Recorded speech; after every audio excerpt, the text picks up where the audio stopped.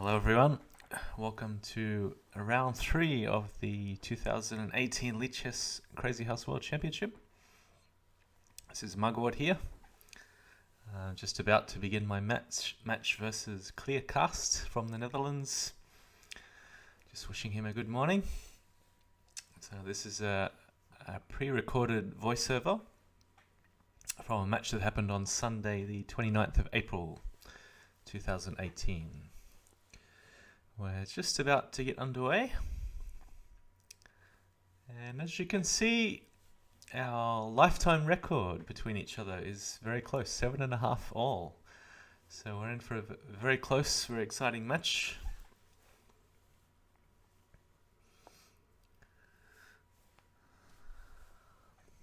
Just telling him I've been for a run, so drunk lots of water. I may need to take a bathroom break, but we're just about to get underway. Alright. So I'm taking white in the first game, starting with e4. Knight c6, knight c3, e6.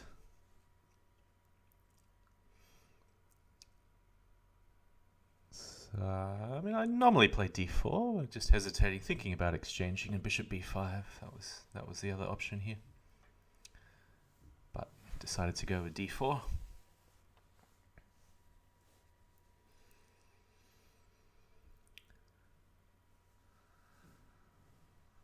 So bishop b4.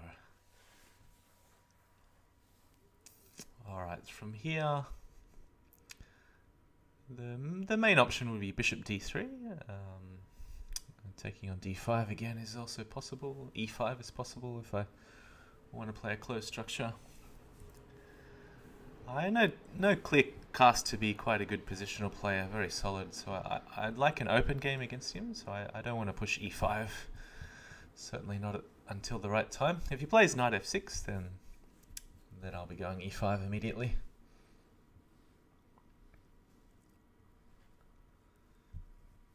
Yeah, so knight f6, e5, knight e4, castles. We're getting to a very popular bughouse opening. So here we go. As expected. So you can see I played the last few moves a lot faster. This is a fairly typical position where white is gambiting a pawn on c3. And in return, the bishop will come to g5 quickly, hit the queen. We may have a queen trade, but you tend to find in the resulting positions that the white's pieces are just a little bit better placed for a quick attack. And most of black's pieces will be sleeping on the queen side.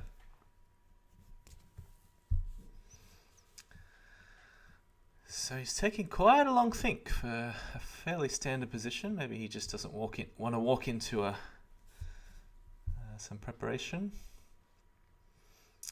I mean, most people here will go knight takes c3. Don't know what else is a reasonable move here. The knight in hand, black's knight in hand. There's no easy place to put it. I mean, maybe f5. I guess it will be useful in f5, but I'd rather have the bishop in hand at the moment.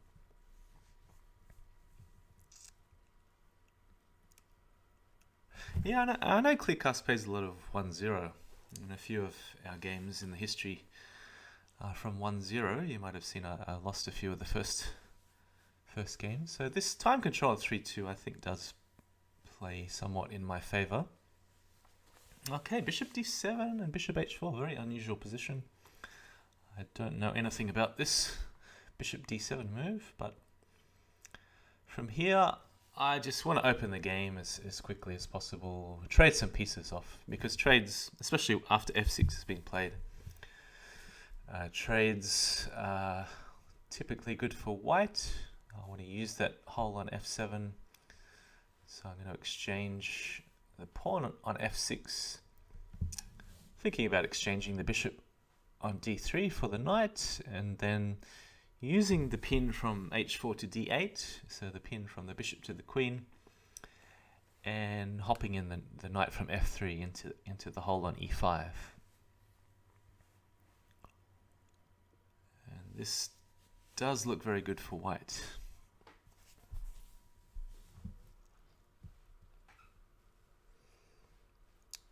Just double checking, making sure I'm not blundering a piece in the first game. I've been playing a lot of Crazyhouse 960, blindfold Crazyhouse, so my focus on what you call normal Crazyhouse is maybe not 100% at the moment. Yeah, what am I thinking about here? Come on, 95, let's do it. Alright, so here just intending to put the pawn on either g7 or f7 depending on what happens. Knight at g6, g7 check followed by bishop h6 is another very typical theme. And already you can see it's tough for black to defend. Just too many holes in the position. And whether it's Crazyhouse or Bughouse, it doesn't really matter too much. With a few pieces in hand, white should be able to find something here. I just got to watch out for the g file, knight at f3 check and so on. But if I can pick up the rook by force, it should lead to a decisive advantage. So looking here at pawn at f7 check, king takes, and then knight at h6 check. So from there I'm simply going to pick up the rook, followed by taking on f6, and that should be pretty much game over.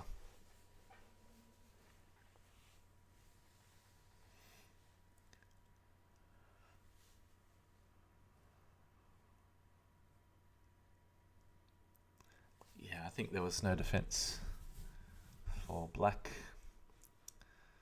So it looks like Kleerkast has got to change his openings because this is a fairly comfortable first game for me.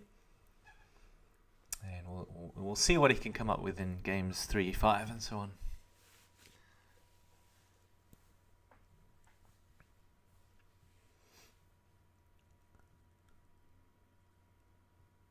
Okay, so he's resigned game 1, which is perfectly reasonable.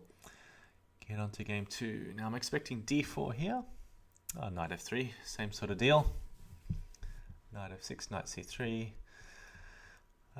Some options. I mean, I wasn't expecting him to go e4. He's not really an e4 player. But yeah, I didn't really give him the option here. So d4, d5. We have fixed the pawns in the center. And now it's mainly a battle over the pieces. There's no obvious pawn breaks. So it's just about development, king safety, trying to use these squares as anchor points on e4 and e5 for the knights. Now with g3, he's going for this, what did M. Michael call it? A pseudo-Catalan setup without c4. Now I decided to exchange immediately.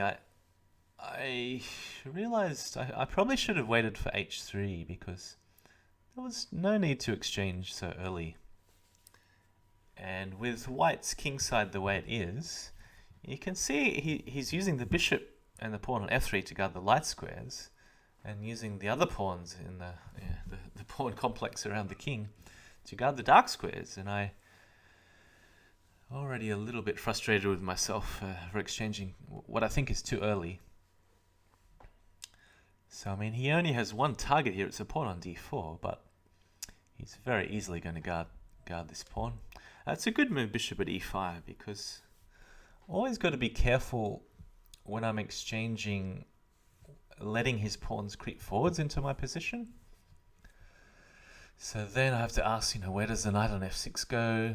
I'd rather provoke him to exchange on f6. And if he takes a couple of times, okay, he's got a knight and bishop in hand. But I already have g7 covered, so knight at h5 doesn't pose too much of a threat. And yeah, he doesn't have enough control over e5 to drop a piece there after the big trade. So I thought maybe he'd drop back somewhere, maybe to f4. That's it. Okay, so there's a new target on c7. I'm thinking about rook to c8. But then I realized he's probably going to play knight b5, and I still have to figure out a way to block the diagonal. I mean, it's either knight d6, bishop d6, or taking on e5. So I decided to exchange here. I think it's quite a good time to exchange because I can follow up knight h5 if he takes with the pawn, whereas that's a little bit better than doing it on the previous turn. So, is he going to take with the pawn or the knight? Oh, the bishop. Okay, the bishop. Right. Now, still c7 is just a little bit sensitive.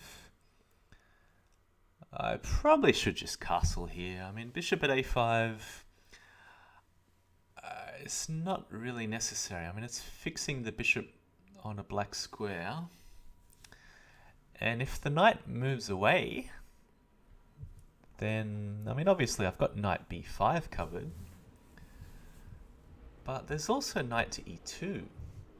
And this really puts a question to the bishop on a5. What are you doing? Hello? What are you doing out there?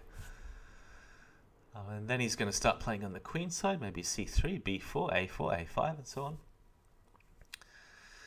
So knight e2 would have been an interesting move there. I could trade the bishop for the knight now, but what I'm going to do with the knight in hand. So knight at f4, what is this move all about? I wasn't quite sure. Just so hard to find a target. I mean, I guess for Kleerkast too, it's also hard because I don't have any weaknesses in my position. Just the bishop's on the same color. I'm not so convinced about this idea.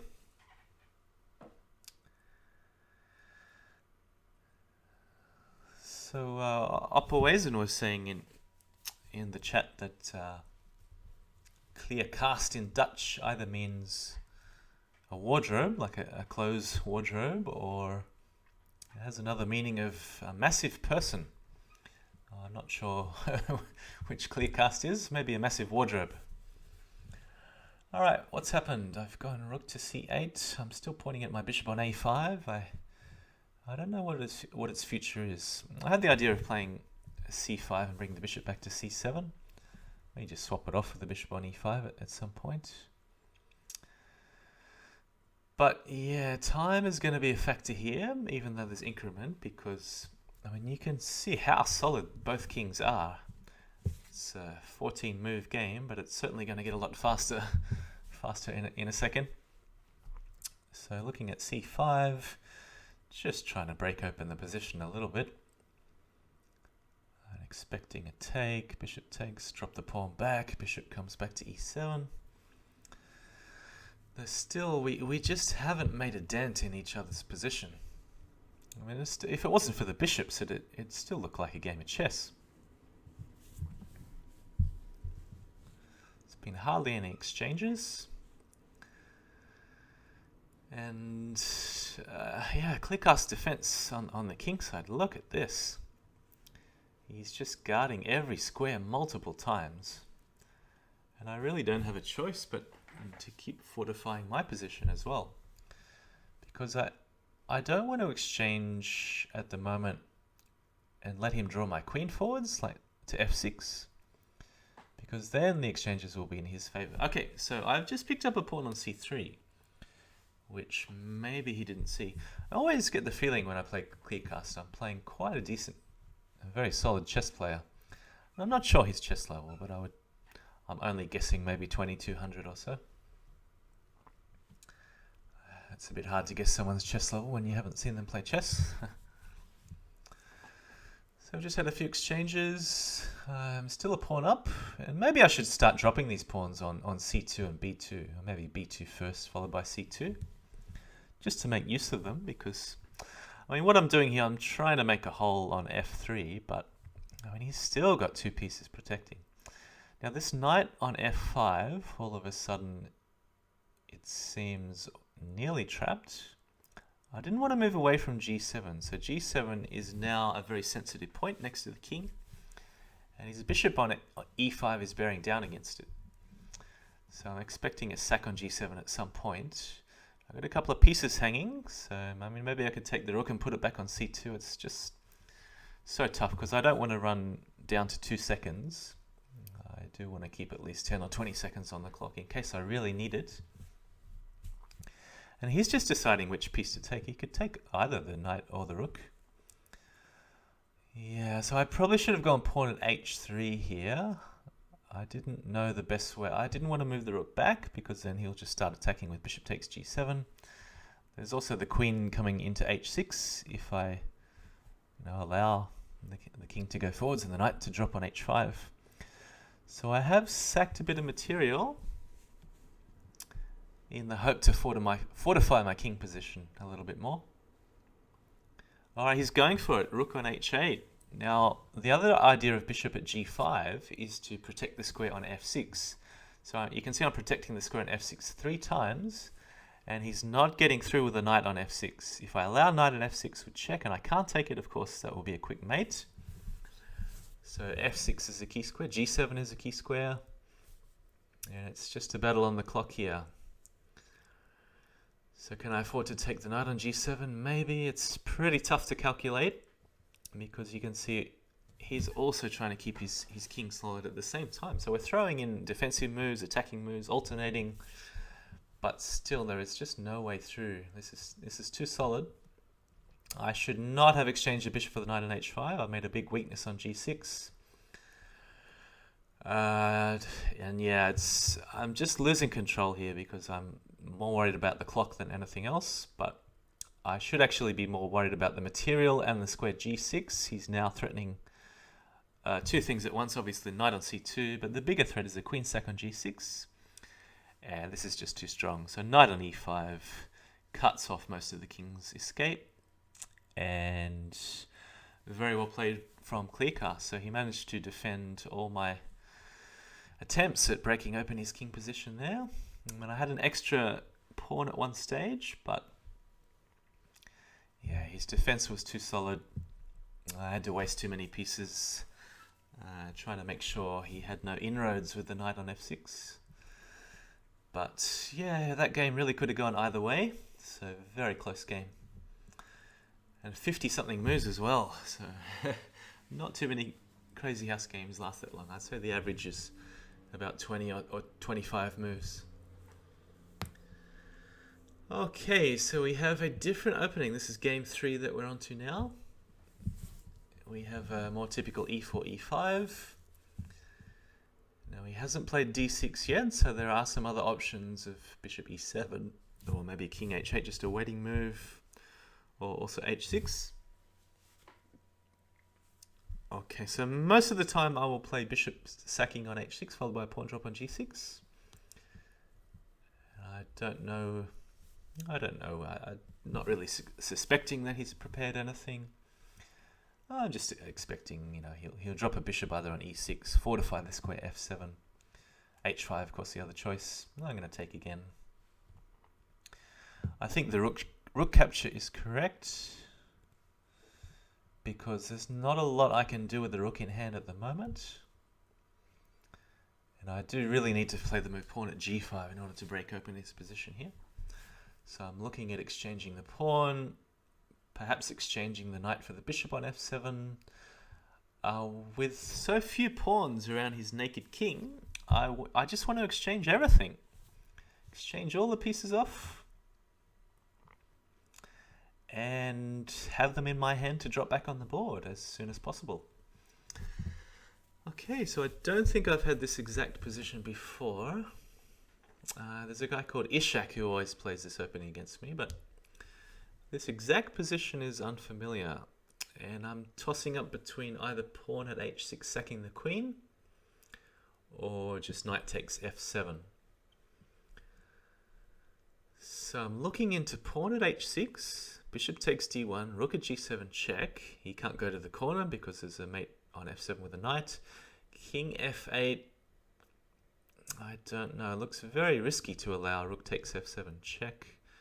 King e8, bishop at g6, this sort of thing. This is what I was playing for. And I'm really not expecting him to take the queen. I'm expecting bishop f8. So this is one of the only ways to guard the square g7. And I'm trying to think, what am I going to do after bishop f8? Because that pawn on h6, for me to have any sort of advantage, I need to make sure that pawn is protected, or at least it exchanges for something. So yeah, knight takes bishop here makes sense. Expecting, well, either capture on f7. Probably bishop takes will be safer, even though it loses the attack on the queen. I mean, I hope it's obvious that he doesn't want to swap queens here, with his king so exposed.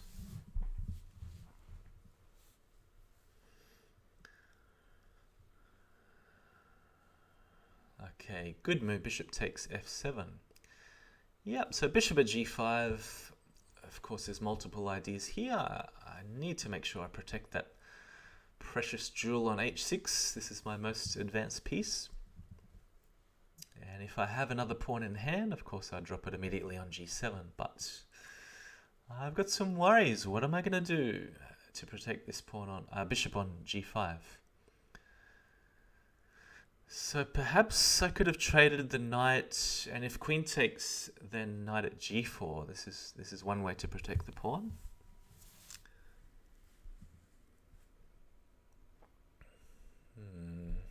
But apart from bishop takes knight, there's not many other moves here. I was looking at pawn to h4.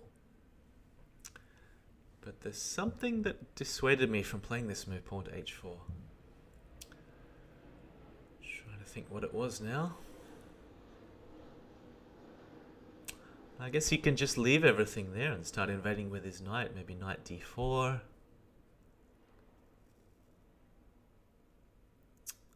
Pawn at f4, pawn at g3 in that case could also be a potential worry. So I've decided to drop the rook on. Possibly not the best move here, because I was a little bit worried about blocking the g file followed by just attacking the rook, something like pawn at f4, and then all my pieces are just falling apart like a broken machine. The cogs all breaking down, you know, the rook guarding the bishop guarding the pawn,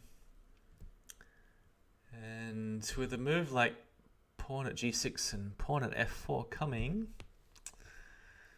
yeah, my defenses are just looking a bit shaky.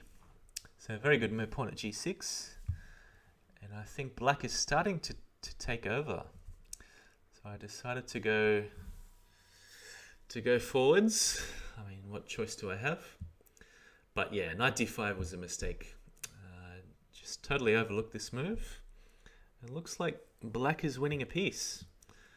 So taking on f6 doesn't help, because then there's no good knight drops to follow up. His queen is simply defending the knight on g5. And rook takes, knight takes d5 leaves the rook on g5 hanging. So I'm going to have to sack something here.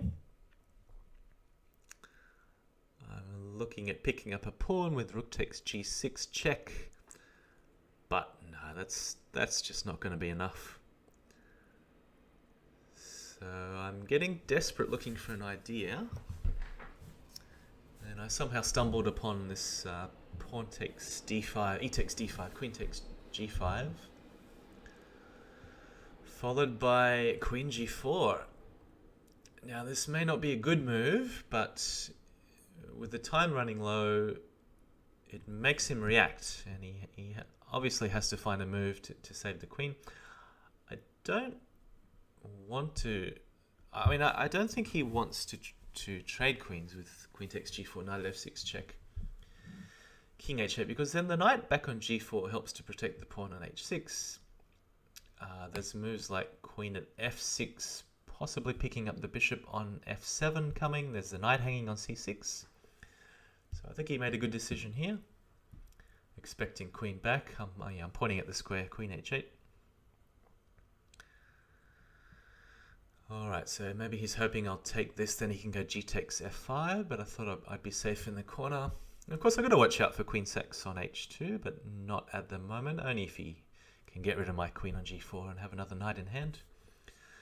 Okay, look at those bishops, the 3 bishop defense, and it's just a mad time scramble here. I've got to find some avenue to attack. So there's a knight drop on h6. Knight f7 I think is the only move there, dropping a knight back. And here suddenly we have a target on g6. Now that hasn't been available. But getting rid of that bishop on f7 really makes a big difference. So found the right check. Another one. Pawn drop on g7 is also correct. Wins a piece by force. Taking on e7. Yeah, I wasn't quite sure what to do. I thought the safest move would be dropping a bishop back to protect the king and attack the knight on e2, also eyeing up on d7. Decided to play a practical approach here, just take a piece for the queen. So I'm keeping a very solid king position, but he really should have taken on h6 with the queen here. He's just trying to blunt the diagonal. Because if I only had bishops and pawns in hand, it's just not enough. Yeah, it won't be enough to mate. His king will end up being safe on d8 and I'll have to drop too many pawns. So what's happened? I've chased his king all the way to the queen side. The main thing is, though, my king is always going to be safe and I can pick up the knight on e2 anytime I want. So the black king is just never going to be able to find safety here. And with such low time, I mean, maybe pawn at b2, trying to disrupt the rooks from defending each other, but it's just too difficult for black to survive this. If he starts running king d4, I'm going to cut off the squares. And I already have most of the squares cut off. Like the bishop on g4 is such a good piece here. So I'm looking for a forced mate with the rooks. I don't quite see one. So I just decided to pick up the bishop on d5. Keeping the b line open is important. And yeah, bishop at b4, knight c3 to finish. So that was another marathon game, 54 move checkmate. You can see me shaking my head here. I can't believe the last two games have been so dramatic at the finish. Yeah, so already I'm starting to feel the pressure here. There's been two really tough games. So I've taken the lead 2-1, but we've already been going for almost half an hour after 3 games. Okay, so we have a different opening this time. It's slightly more passive from black's perspective. And I think although I'd like to play e5, bishop c4 would be a good response. And there's a real danger of a sack on f7 followed by knight g5 check being deadly. So I decided to play it safe with e6. And if I back off to h5, I just a little bit concerned about the move e4, e5 coming at some point. So by exchanging the knight on f3, white has a little bit less control over the square e5. And exchanging back, I thought the bishop would be useful in hand. It's always a useful defender on a square like g6. Just deciding whether to push h6 first or just drop the bishop back on either h5 or g6.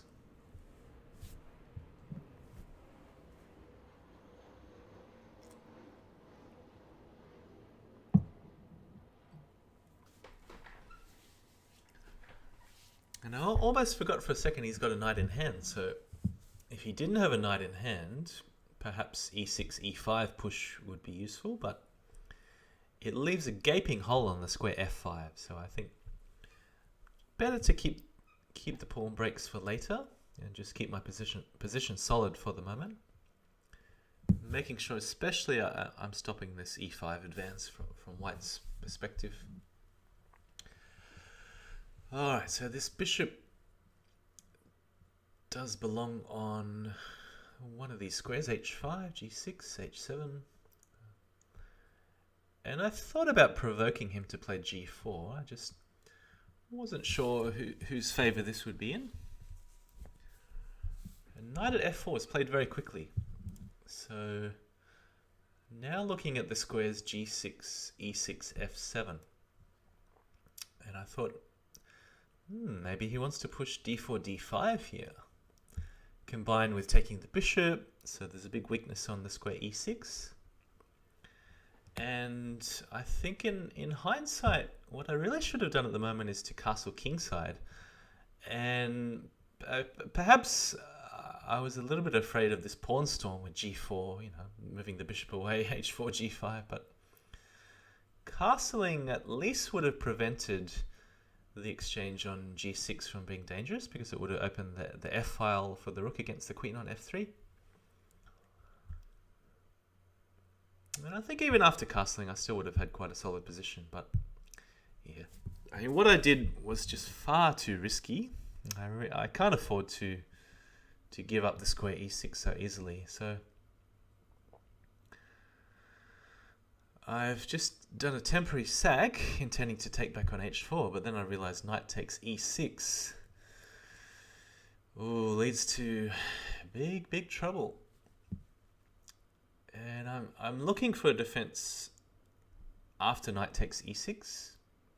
At the same time, I'm also looking at other moves, like pawn at d5, for instance, or maybe pawn to d5, or knight at f6. But I think in that situation, I'm just going to be too much material down, so I decided to go for it. I'm running way short on time here, so I should have just played this move. I mean, if I'm going to do it anyway, I should have just made it quickly rather than spend a minute on this move. Yeah, I mean, of course, the sack on e6 is very obvious. It's just not so obvious how I should respond to it. So there's a lot of options. I mean, I can take the knight, of course, and play queen e7, swap queens, run the king back to d8, c8. That was one idea. I was also seriously considering the move queen e7. And the idea of knight takes, say, c7 check, king f8. The bishop on h4 is a useful piece to guard the queen on e7. And the move g2, g4, if there is a queen swap, means that there are some holes around white's king also, if you wanted to go for that line. So queen e7 was definitely worth considering. But even now, it's not as bad as it looks. So he's actually the one that sacked a piece, even though I sacked first. And pawn at f7 I should have done, even though it looks like it drops a pawn to e6, followed by queen e7, then king d8. Would have been very safe for black. So now, even though maybe in theory it's survivable with best play, but yeah, it's just too hard with the time.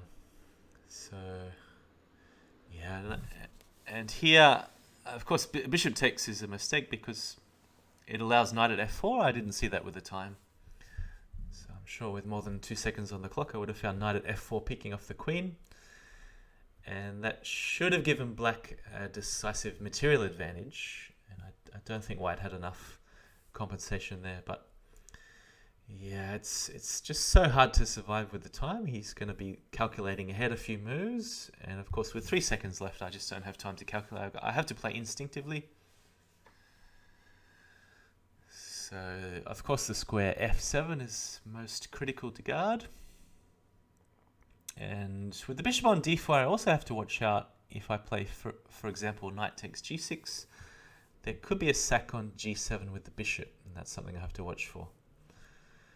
So this bishop at g8 was unnecessary. I think I could have just dropped a pawn back on f7. I'm just throwing in a check to save time, but this exchange does not help me one little bit. And yeah, I can't afford to take back there, so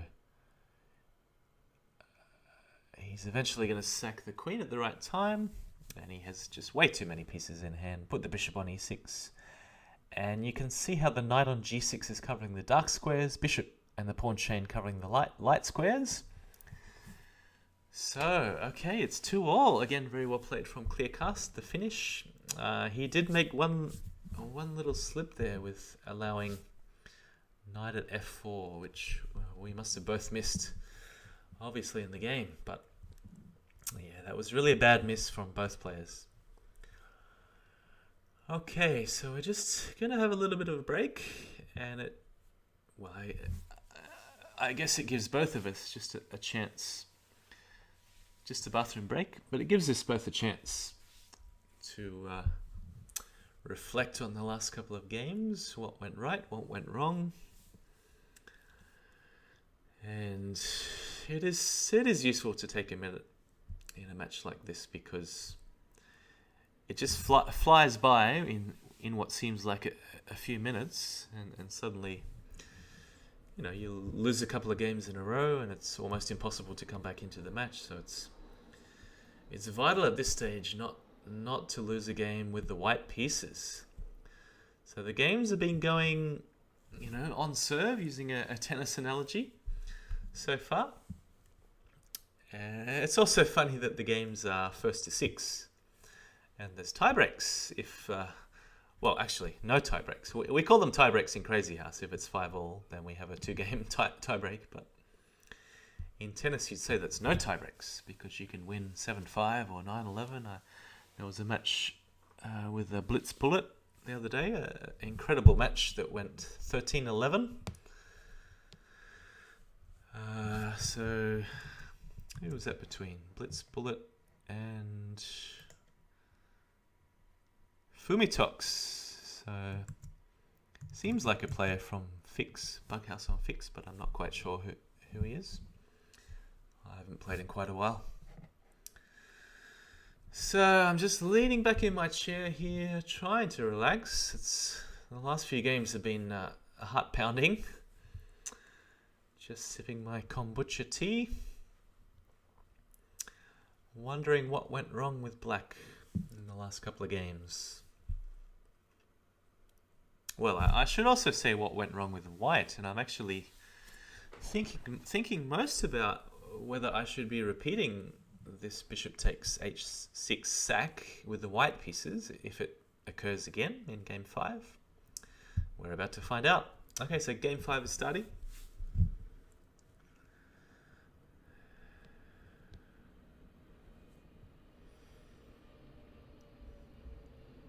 Okay, so this move order knight f6, it could lead to many possible openings, but he's gone for e4, e5.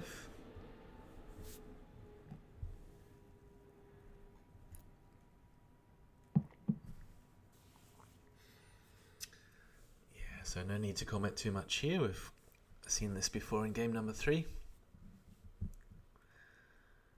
But I'm already thinking at what point should I vary.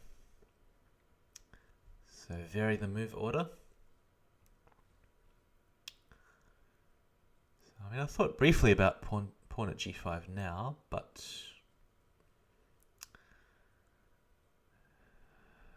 this just seems a little bit suspicious to allow bishop takes f3 first. So, alright, we're still following game 3.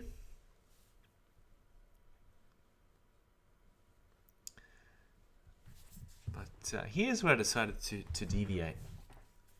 Not that pawn at h6 is a bad move in itself, but I thought this move would lead to more attacking chances, and I'm still not sure what's a better move. I mean, the main feature in this opening is that white can't allow black time to put the pawns back on g7 and h7 and to defend everything around the king, because black is material ahead. You'd much prefer to have the 2 minor pieces than the rook and a pawn. I think even more so in Crazyhouse than in chess. Unless, of course, the rook can set up forced mates. On the other hand, he can't allow pawn at g7, and then rook at h8 is almost unstoppable. So, bishop at h6 makes him think a little bit. I'm not sure what to expect. It's not that easy to find a knight move to cover the square g7. Maybe pawn at g7, then I can sack another piece for a pawn. Alright, so this gives me no option. I really have to go for it. It's all or nothing. You don't see many draws in Crazyhouse. You just got to go for it. If you got the white pieces and you've already sacked, you just got to keep pressing. Okay, so I think there's been no mistake so far. Was actually expecting the knight to stay there, and I'm not sure. Very hard to say exactly what the best defense is. Knight g8, certainly a very interesting move, because he's just trying to hold on to all the material, and yeah, my opponent is quite good at doing that. Just covering the squares around his king. He's defended very well in game 3. Covering the squares around his king, keeping the material, and asking white, what do you got? So what do I have? Queen g4? Yeah, I don't know. I mean, pawn at f6 was also, one of the pawn drops immediately was also looking quite decent. But the idea was to, if he hits the queen somehow, to make pawn at f6, knight takes, pawn takes into a double check. So that way his queen can't come out to f6. And it looks like the king would be forced to take in that case. So I'm expecting maybe some move to hit the queen, like bishop at h5, and then the king to run back to either f8 or h8 after the pawn dropping on f6.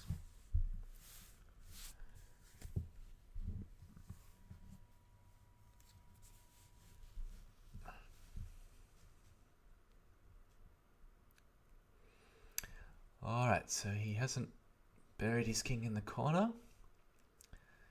Now every single move, both of us have to calculate the consequences of queen takes h5 and then bishop dropping back on the board.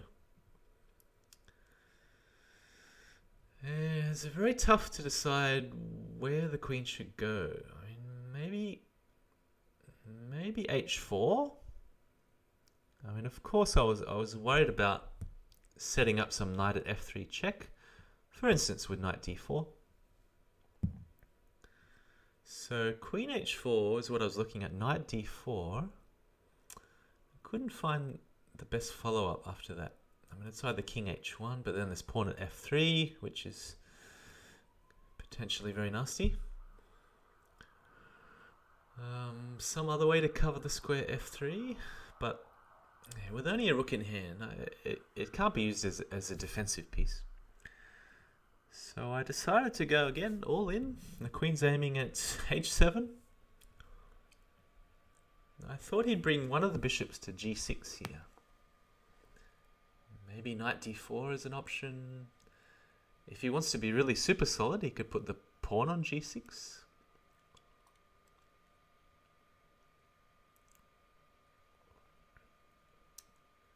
Okay, a risky move would be something like d5, but yeah, knight d4. So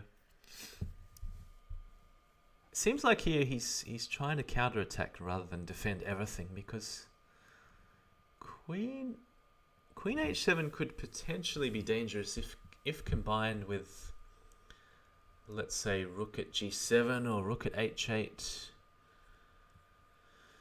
So one idea is to put the rook on the board. I mean, let's say rook h8, and then follow up rook takes g8 check, bishop takes, and then pick up the bishop, queen takes h5. So there I get my material back. With a knight and bishop in hand, this looks almost decisive. So now black has 2 moves up his sleeve. He can do whatever he wants in those 2 moves. And if he's looking to counterattack, here black has to calculate the consequences of pawn at f3, followed by a trade, and then maybe king h1. Does he have enough pieces? It doesn't look like he has enough pieces to mate. So knight e6. Knight at e6. So the aim is to guard the square g7 in case queen g7 would be a decisive threat. And I don't think my follow-up was very effective. I really should have gone rook at h8 and stuck to the plan of rook takes knight, followed by queen takes h5. I think it was quite hard to meet. But now, oh dear. So bishop f g6. I'm 1 move too slow from setting up my queen and rook pattern. Here he goes with his counterattack. So knight takes check, king h1. Alright, 7 seconds as well. I decided to play it safe with rook g1. Yeah, I missed a good move there in rook at g7. So I don't think he can afford to take that. What I should have realized also is that I should have dropped the rook rather than the pawn, because dropping the rook doesn't mate my own king, whereas I just mated myself with what I just did. And I only did this because I completely overlooked the knight on e6 coming to f4 with check. If it wasn't for that move, maybe there was some survival with king h1. But yeah, I also messed up the move order, and I could have played queen takes g8 check, followed by knight takes e7, and that was a forced mate in a few moves. So yeah, really disappointing finish. So I missed a mate with queen takes g8 first, followed by knight takes e7. I did the moves in the wrong order, which allowed him the first check. So yeah, at one point I think black was starting to take control and defend, when the bishop came to g6 especially. Yeah, it's pretty hard to say precisely with the low time. But yeah, fairly balanced game overall. And Kleerkast defended well. So he's taken the lead 3-2. And I've lost the first game with white in this series. So big turning point. Okay, I've got to hit back. And this time my opening's gone slightly better. And the previous game number 2 was this similar opening. So game number 6. I'm looking at just throwing the pawn down the board with h5 because, yeah, I'm not really in the mood for a 50 or 60 move epic like game number 2. I just want to get this over and done with. Win or lose, at least throw the kitchen sink at him. But I changed my mind for some reason and castled. I don't know. I mean, it's not bad. What I'm doing is not bad, but it's just a balanced position here. He's going to support the square e3, I'm assuming, or g3 rather. So knight e2, what a move. I mean, how to break through? It's just so difficult to find a plan for black. So, okay, slowly improve the bishop. But yeah, the bishop really belonged on d6 in the first place. I'll keep that in mind for later. Alright, so to make any sort of play, I probably just got to hit that bishop. That's what I'm doing here. And if he wants to pick up an exchange with knight at d7, that's okay, I don't mind. But he's playing it safe.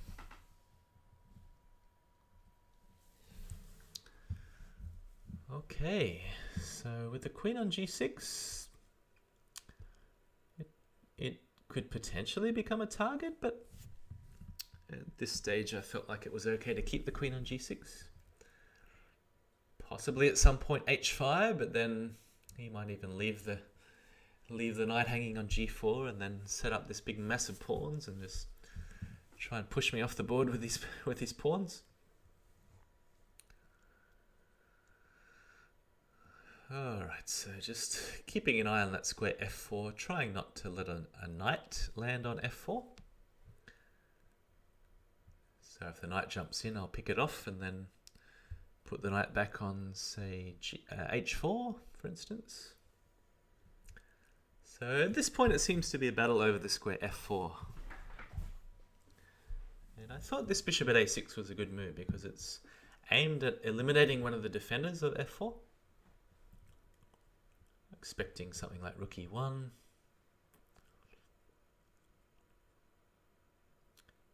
I'm not sure why I'm pre-moving knight takes d6. Maybe.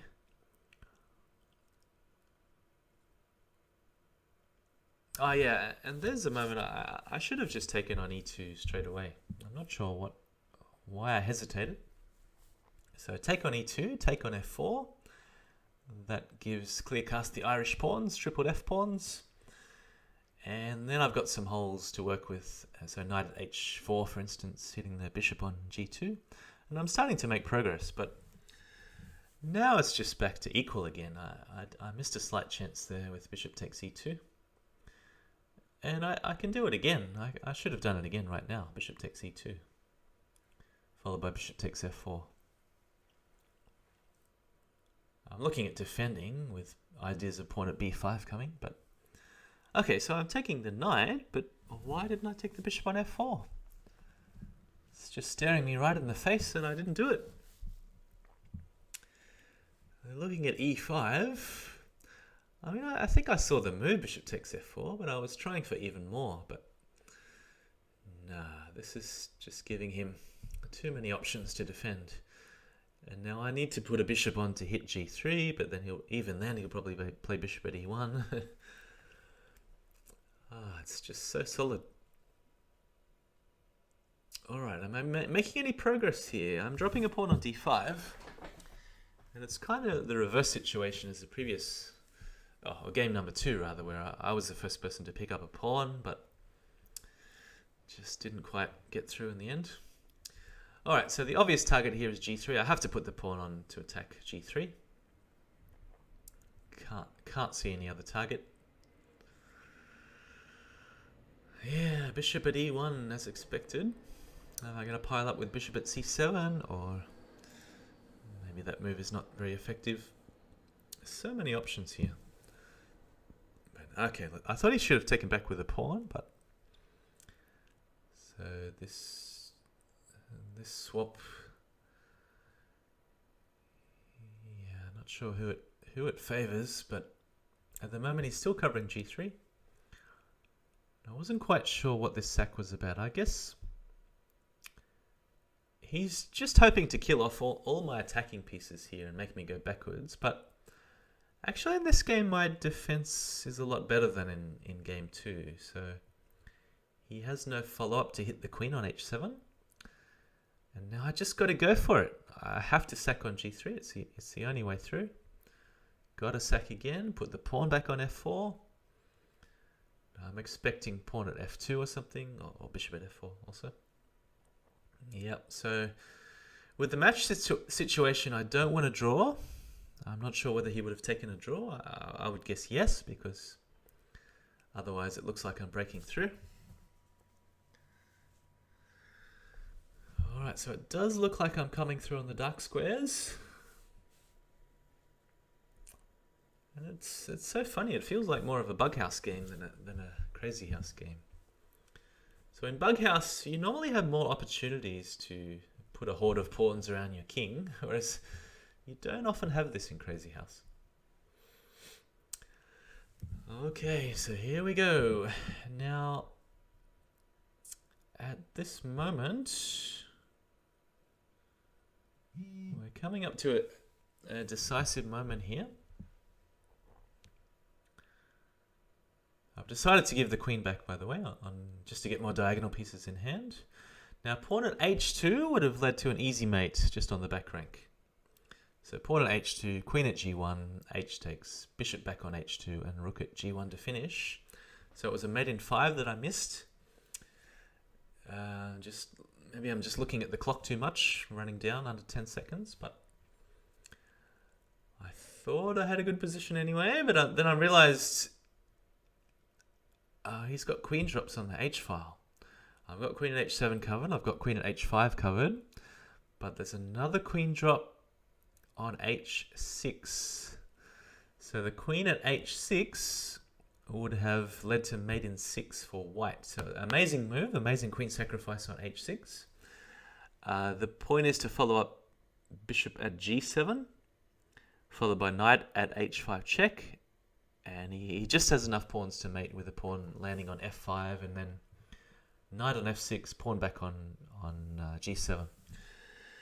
So we both miss mates in this game, some big missed opportunities, and it would have led to a 2-4 deficit if I lost this game. So really big turning point in the match.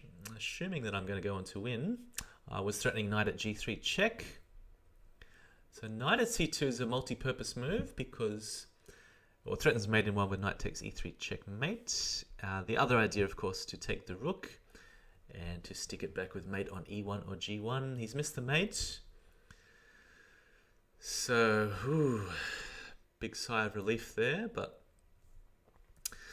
Yeah, some missed chances from both players. We're just having a bit of a laugh about this game, but yeah, very tough game. So what was that? 48 moves.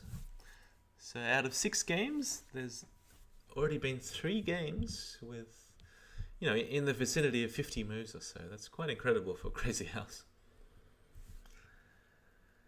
Normally, if you watch me play a guy like 12-teen or Schwanet, it's just bam, bam, bam, just bashing each other. And the games are over by 20 or 25 moves. Alright, I'm going to have a think here. Do I repeat the same very dangerous line? I decided to vary because even though in theory maybe this bishop takes h6 and how I played it led to some advantage, but the risk is if I'm playing a good defender like Kleerkast, then if I don't attack with pinpoint precision, I'm just going to be material down on the clock, struggling to find an idea over the board. So I decided to play a little bit safer this game. And I think the best move here would have been, bishop takes h6 is okay. But I think I should have taken the knight on f6 next, followed by knight at h5, queen g6, knight from f3 to h4. And then the queen is struggling to find a square. I think that was a little bit better than what I did. So I don't think the queen sack is correct here. And after pawn at e7, just trying to think what the move was. I wasn't expecting the queen sack. I don't think the queen sack is good here because I had multiple threats of knight at f6, but there's also knight at g6, which is very ugly for black because it looks like he has to put a piece back on h8. There's going to be all sorts of smother mate themes, and also themes of bishop takes f7 check, knight e7 check, put something on g6 checkmate, and so on. Yeah, I'm trying to think what the mistake was in this game, because if not for knight takes d5, I mean, could he play knight takes here? Maybe it was queen takes e7, sacking the queen that way. Queen takes e7, knight takes e7 check, knight takes e7. And I think sacking the queen was a little bit safer because it covers the square g6. And also he's already got a knight on f6, so I think queen takes e7 was the move there. I'll have to double check. Alright, so I've decided to sack the bishop. And the idea is that even though he can take one of 4 different ways, they all just look pretty bad. Because it severely weakens the squares f7, g6, h7. But also gives me a pawn in hand, so if either knight takes, I have this resource of pawn at h7 check. So picking up the rook on f8, and rook at e8 after that. So that gives 2 threats of queen at h7 checkmate, and also knight back to e6 for instance.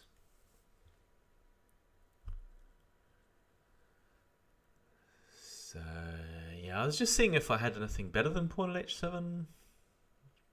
I mean, knight takes rook also looks good. Knight e7, pawn at g6 also looks good, but I think this is the most convincing. Rook back on e8. And I think the only way to stop mate would be to play bishop to f5, just opening up the 8th rank. But I'll just leave the bishop, pick off another rook on a8, and black has absolutely nothing. So, okay, fair enough. That was game number 7. So, okay, I'm back in the lead, 4-3. But we are still on serve, so to speak. So I'm just going to throw out a different opening here. Playing a Dutch. I might have played this once or twice before against Kleerkast. And the games go something like this. I'm just expecting him to play e3, bishop e2.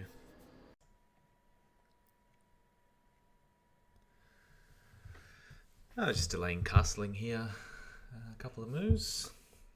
I normally like to wait till white castles first. Feels a bit safer. Okay, so this bishop on b4 looks a little bit strange now. One idea is to possibly trade for the knight and stick it back on e4. But it could also drop back to either e7 or d6. Just depends if I want to play the move d7, d6. In that case, I should either play bishop e7 or bishop takes c3. I could start with knight c6 next. Okay, but he's traded the bishop for the knight.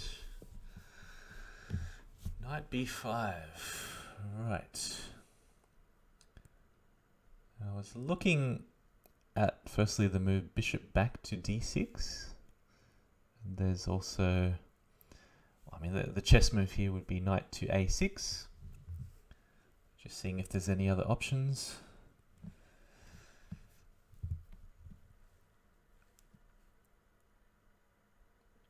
So the idea of bishop back to d6 is that if he trades for the bishop and I go c takes, it reinforces the square on e5, so he can't just stick back a bishop there without sacking a piece.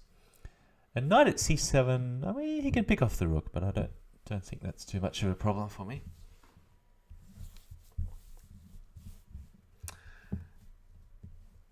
But yeah, knight at a6 of course covers everything, but it could potentially be loose because it's in line with the bishop on e2. All right, knight at e5. Now here's where I need to defend precisely. And I'm looking first at d7, d6. But I mean, of course, knowing full well that it allows knight to d7. But I mean, the other move I looked at was rook a8, d8, but then he might snitch a pawn with knight takes a7. The most precise move would have been to drop the bishop on e8. And this move is highly unusual. But the idea of bishop at e8 is to then follow up with the move d6. And then that's really asking the knight where is he going? And if it's going back to d3, then possibly dropping the bishop on b4 back to e7 first, and then d7, d6. Okay, but I've allowed him to pick off a rook, and I don't mind. You can see I'm pointing at my bishop. The bishop on b4 is my main concern. That is a very loose piece, and it looks easily trappable with moves like c3, where the bishop will just play no more role in the rest of the game. There's also knight takes a7, good move. Now if I also had a pawn in hand, I would put it on g4. But with knight at g4, this is not so threatening. I mean, there's a very obvious threat of bishop takes f3, but there's so many ways to deal with this. And I miss white's next move, so it's a very strong move coming up next, which is pawn at c6. Sorry, I missed a move. Rook at h4, but pawn at c6 is coming. I did actually completely miss this in the game. And considering how strong pawn at c6 is, it was maybe best to just sack the queen for the rook. Queen takes h4. Because if the queen moves away, pawn at c6 just leaves all my queenside pieces without any sort of purpose. There's a knight on a6 that's going to be hanging in many cases. So yeah, just a super strong move. I have no answer to this move. So I think white is already just completely winning on material and not allowing black any counterplay. So yeah, the turning point was really the move bishop at e8, a defensive move that I missed. It's often an answer to knight at e5 to put a bishop on e8, and where the knight and bishop are sort of controlling each other. But I played this sort of stone wall against Opperweisen in one of the chess.com tournaments, and obviously the light square bishop is black's worst placed piece, and I didn't want to end up with two light square bishops, but yeah, maybe it eventually would have found a home on c6. Anyway, this game is pretty much over. There's not really much use commentating too much. I've had to sack a queen to defend. He's probably just going to go bishop takes f3 next, make sure everything's protected. And with only minor pieces in hand, there is just no way to break the kingside structure. It's way too solid. And I think he's just having fun and toying with me here. Rook takes h7, but it's also a very good move because if knight takes, there was possibly pawn at g6 or bishop h5 coming. But king takes allows pawn at f7. He's picking up some material back.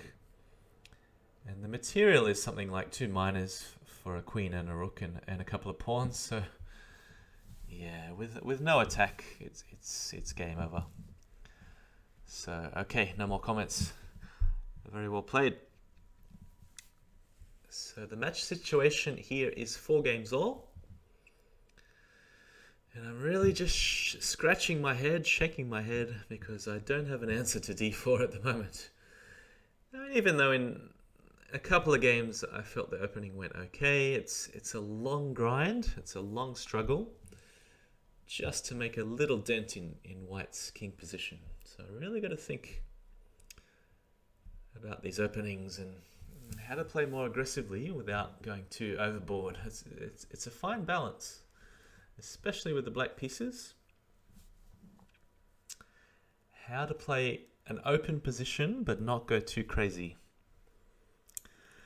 Alright, but let's not worry about that now. This is game number 9. It's possibly my last white game with white against Kleerkast.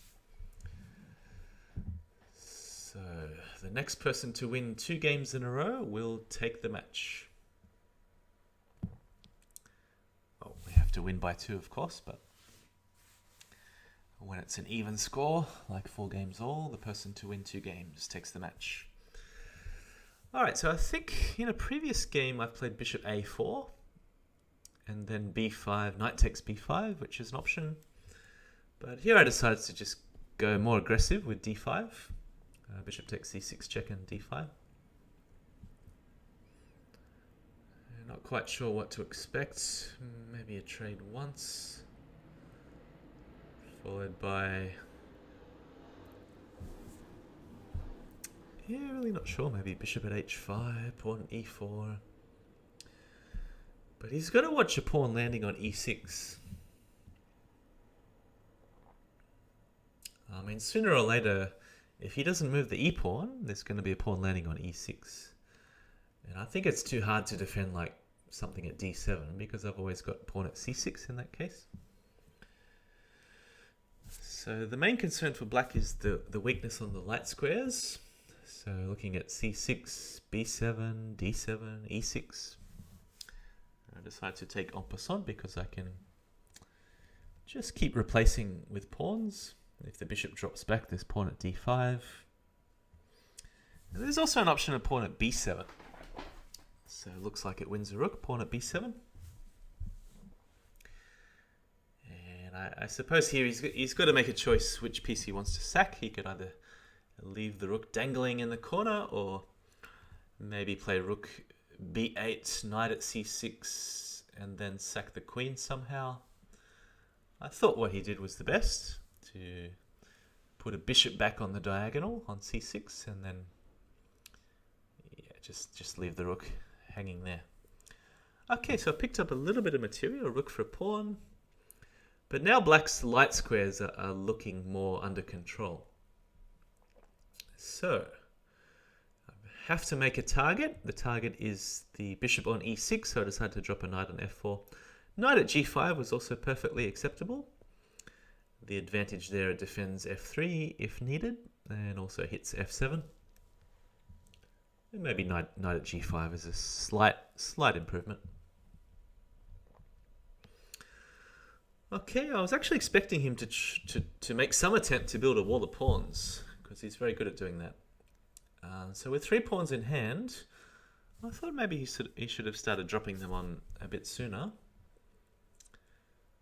because he can't afford to lose too many pieces here. So he's really got to save the bishop. He can't afford to sack that too. And a rook in hand is not the piece I want, so yeah, I want him to trade the bishop so I can put the bishop back on probably e6, but we'll see what happens.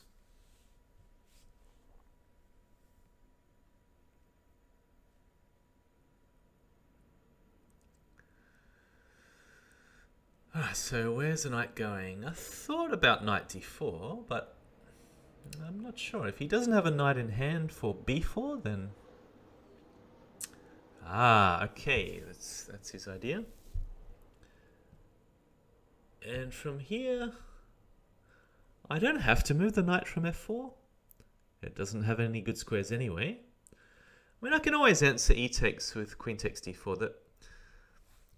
The real critical point in this position is that I have to find a good move, imagining that e takes f4 and queen takes d4 is going to happen soon.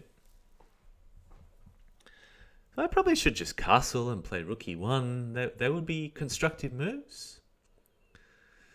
I didn't see any good bishop drops. And you can see the bishop on a8 could potentially hit the king. Pressure the king if the diagonal was open, but as long as I maintain the pawn on d5, I think castling would have been okay. Yeah, rook at g3 is kind of a funny move because it leaves 2 pieces hanging in a row. I mean, maybe rook takes g7 was an idea. I'm starting to lose a bit of a handle on this position though. I thought he might try this. I knew I had the check on a4 to make sure I have c2 covered. So there's no forks on c2.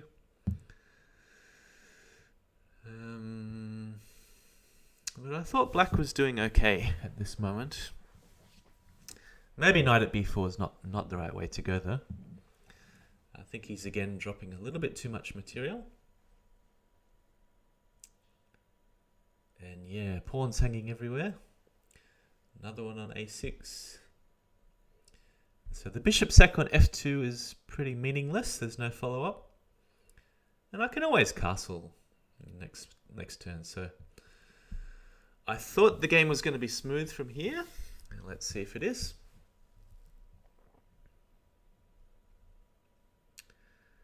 Yeah, check on b5. So the aim here is simply to dislodge the king. I didn't think any blocks were good. If c6, I'll just take another pawn, threaten c7 check. So black is sacking a lot of pieces here. And yeah, I can pull the queen back, maybe queen f3. But yeah, I might as well keep the queen in hand. Maybe it will be useful somewhere else. Alright, so the only piece in danger is the knight on c3, otherwise I have a big material advantage. And I want to get in via the square d7, so this is an attempt to exchange knights. So knight takes f6 check I'm looking at, followed by a pawn at d7.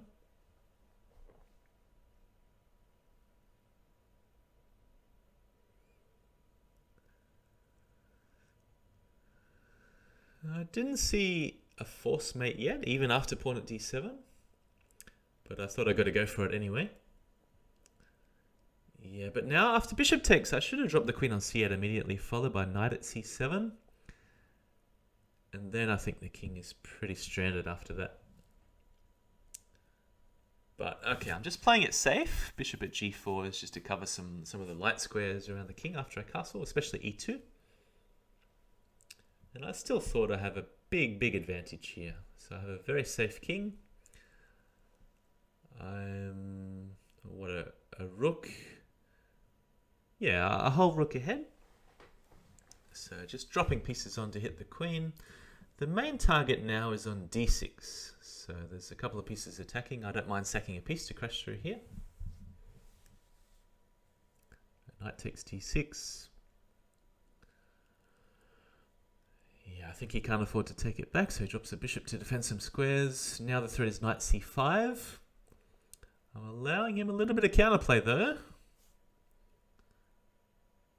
So knight takes queen. And knight takes c6 check, surely would have been a good move. I was a little bit lucky this didn't lead to a forced mate. He can pick up a rook, but yeah, I can always block on f2. He's running out of pieces in hand. And I should have a mate coming up soon. As long as I don't give him a check with the knight on e2. Yeah, I think white should finish off from here. Too many queens. Queen at c8. Knight at d7 was maybe a faster mate. I should play knight at d7 here. But okay, this is also perfectly fine. And mate in a couple of moves. Okay. So we're back with how the match should be played, with white winning. I mean, of course, white has a big advantage in Crazyhouse compared to normal chess.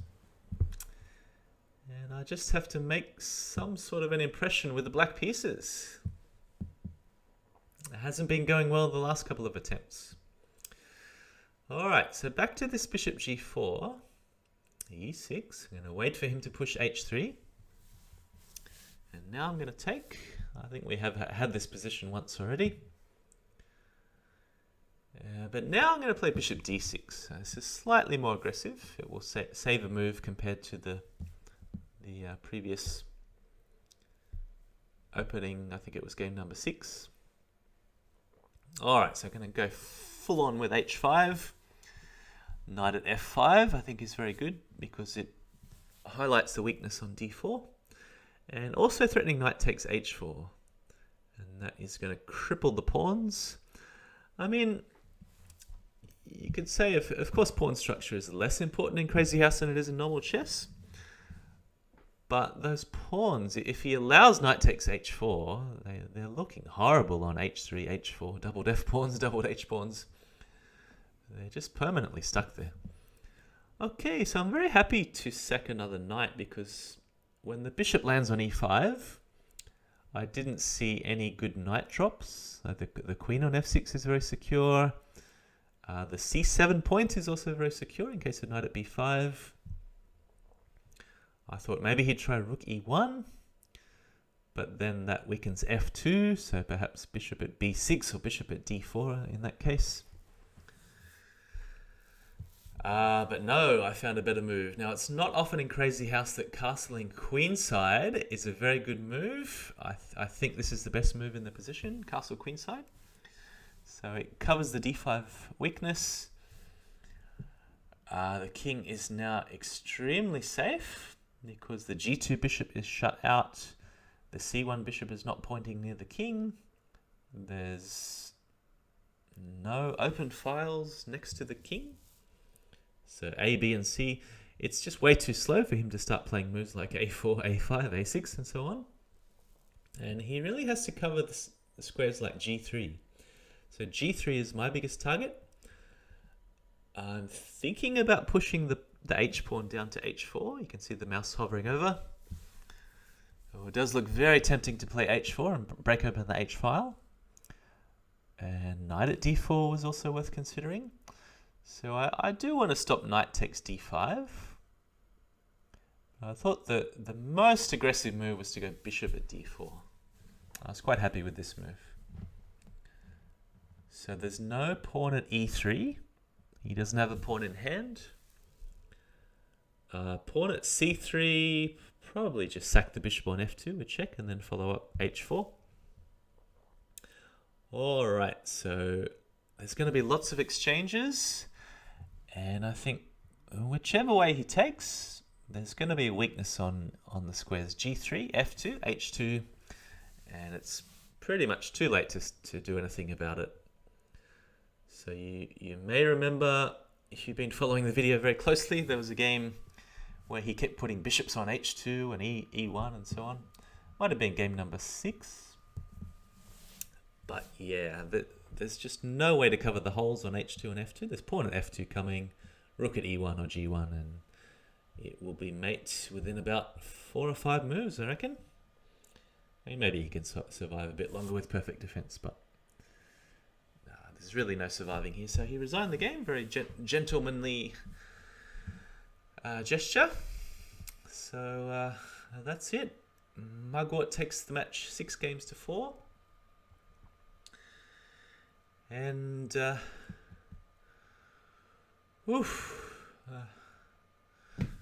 feel a bit shell-shocked after the game because it was quite nerve-wracking. Some of these 50-move long games when we're just relying on the increment, 2 seconds a move. I think I would have lost some of those time scrambles if we were playing 3-0 without increment. So, well, that's it. Well played to my opponent, Kleerkast. It was, a very enjoyable match. A very close match, only decided in the last game. But some really tight games there. Game 10, I kind of ran away with it at the end, but yeah, most of these white games, he was just too solid. So he ended up winning 3 out of 5 with white, or 1 out of 5 with black. So see you in round 4, everybody. Thanks for watching. And that match will be against either CIW or Fee Glued.